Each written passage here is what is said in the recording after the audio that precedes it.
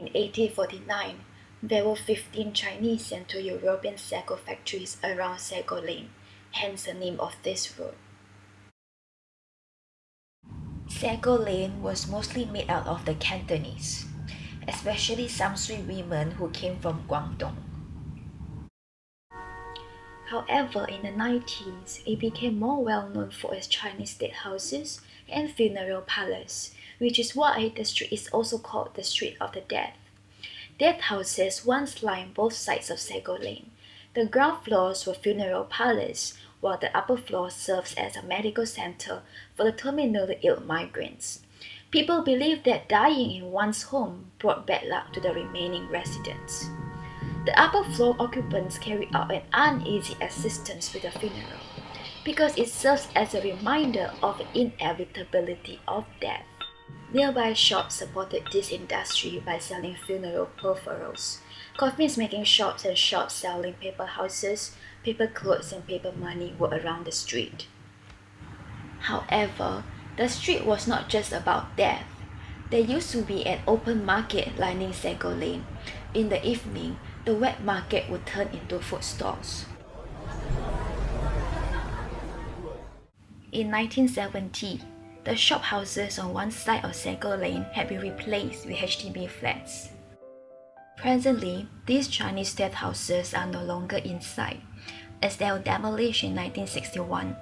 You can't see any shops selling funeral peripherals along the street too.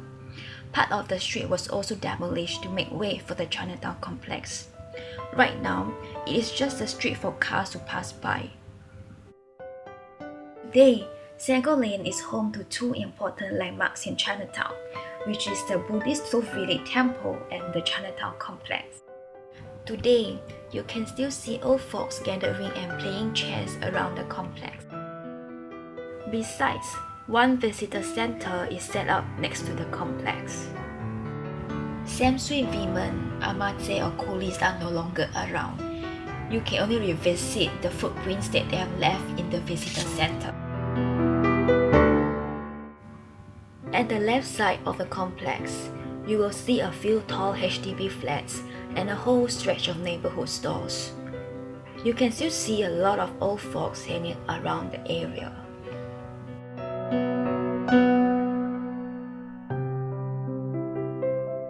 Banda Street is located next to Sago Lane.